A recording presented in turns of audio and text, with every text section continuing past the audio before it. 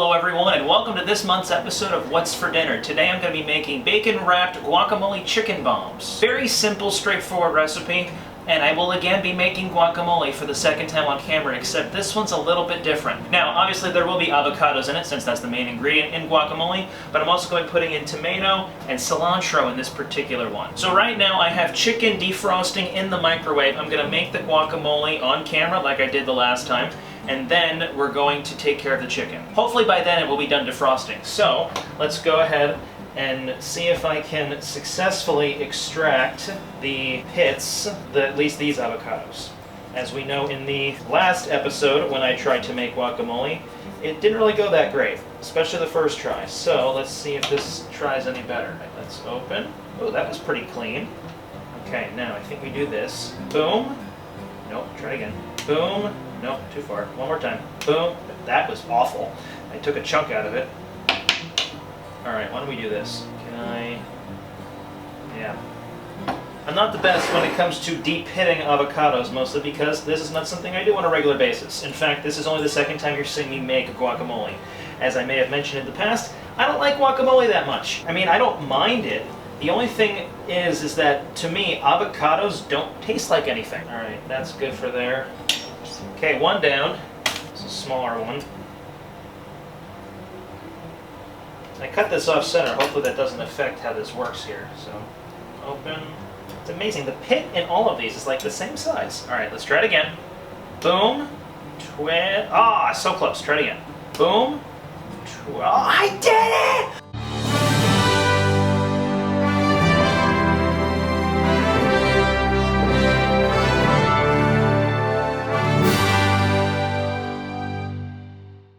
Look at that! I did it! Now can I get it off of here?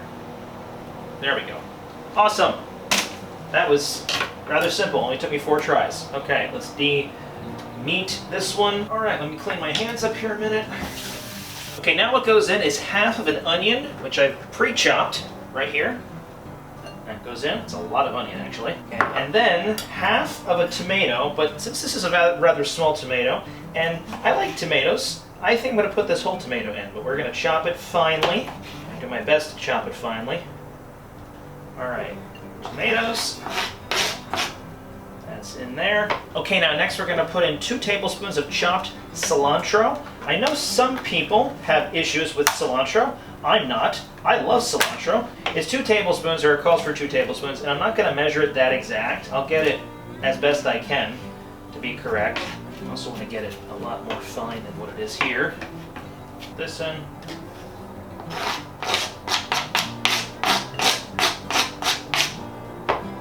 Cut up a little bit more, just a little bit more. Pleased with that amount. That looks pretty good. Okay, and then the juice of 1 lime, which I have right here. Technically, I think it said a half tablespoon or something like that. I'm just going to put in, just like I did with the last one, we'll squeeze in 1 whole lime. Alright, and then a little bit of salt once this is done. Some salt. Alright, let me grab a fork.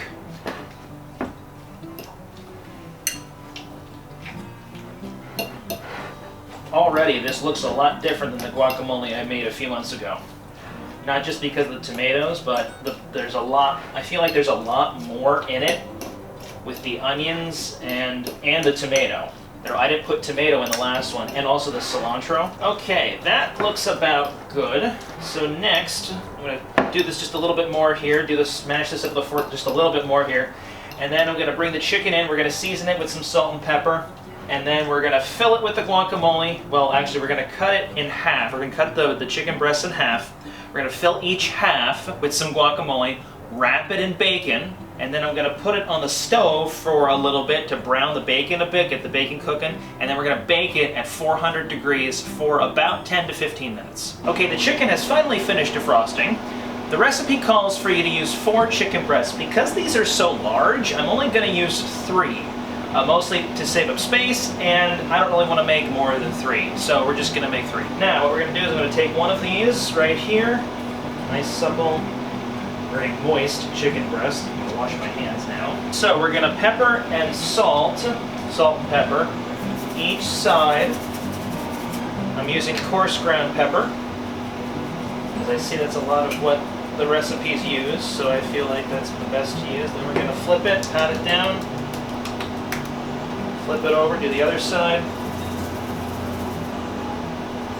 Okay, now what we're going to do, I'm going to flip it back over, I'm going to cut it in half. Then I'm going to cut a slit in this section right here. Cut a slit in here. And we're going to stuff a spoonful of the guacamole in here.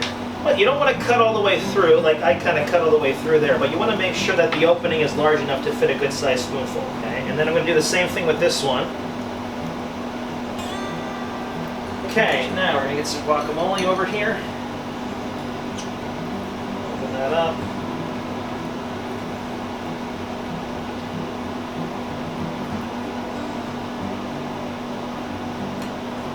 There's no real easy way to do this. It's going to get messy regardless, so be prepared for that if you decide to make this. Okay, and then you're going to take about 2, depending on the size of your chicken breasts, about 2 bacon strips.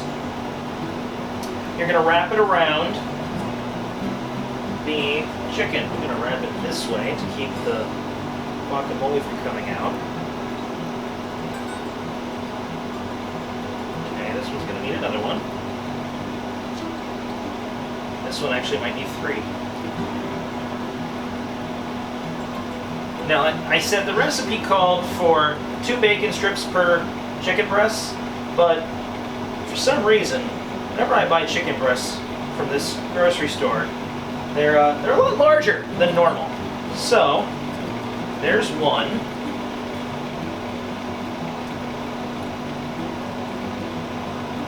All right, so there's 2 wrapped chicken breasts, bacon wrapped chicken breast. I have 2 more here. I'm going to do that time-lapsed, so hopefully it won't be a huge mess, but I can guarantee it's going to be somewhat of a mess. So here's a time-lapse.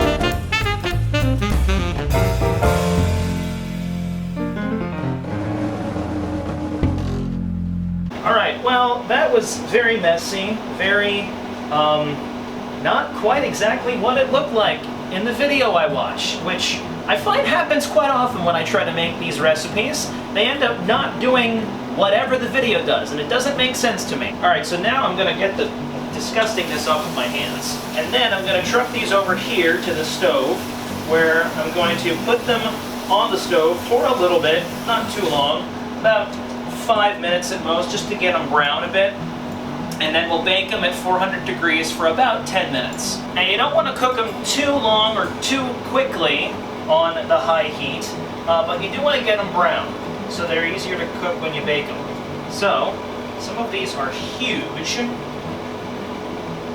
some of these are very small. I think there's 6 halves in total, and they are massive. Even the smaller ones are massive. Again, high heat, about 5 minutes or so, just to get each side a little bit more brown. There's a nice bacony smell. Alright, I'm going to let these cook.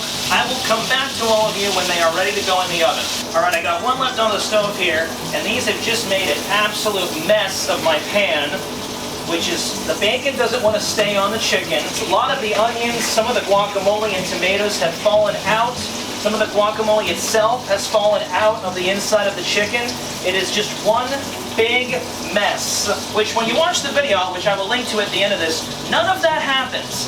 And I don't know why. Alright, this one looks about good. I'm going to transfer this one over to here. I'm going to turn the heat off to here. Move that off of the heat. Ooh, that's hot. Ooh, that is hot. That is hot. Alright, let that cool off for a minute there. Alright, and these go into a 400-degree oven for about 10 minutes. I might keep them in for 15, just because I want to make sure that they're done. Alright, into the oven, about 10 to 15 minutes. I'll see you in a little bit.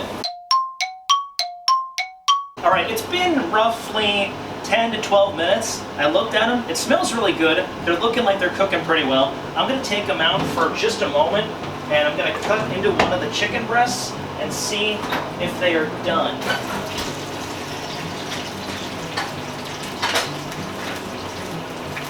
Well, they appear to be done. I might put them in just a little bit longer yet. Let me cut them in this one here a minute. Yeah, I think they're almost done.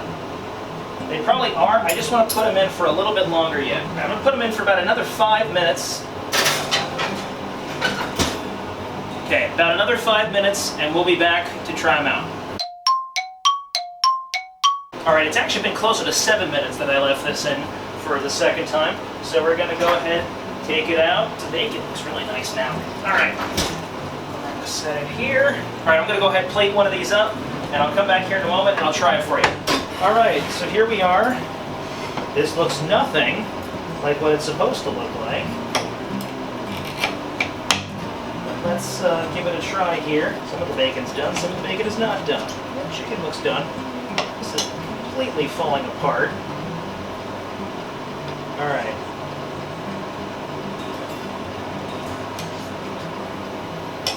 Some of this bacon's not done, which I can't really help because the chicken's done. The guacamole, which is all over the place.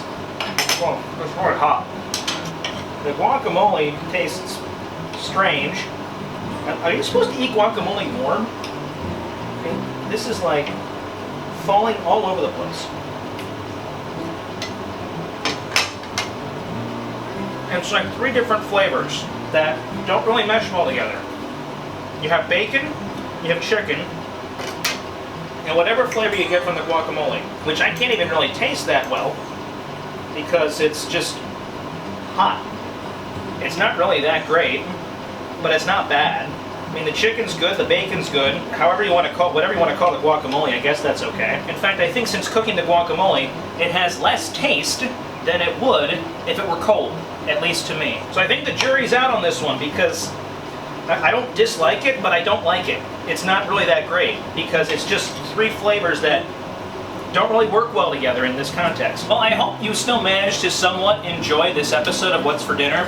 If you have any suggestions for recipes that I should make on camera, leave them below in comments and I'll check them out. Again, this is a tasty recipe. I'm going to link their video on this side of me, I think. Step to the side. I'll link their video that they made of this exact recipe, which I followed pretty much exactly how you're supposed to do it, which it really annoys me when I follow a recipe the way that they tell you to do it, or I watch a video that shows you how to make it, and it turns out looking not really that great. So it's a little disheartening, but I think I managed to do as best I could with the circumstances I had.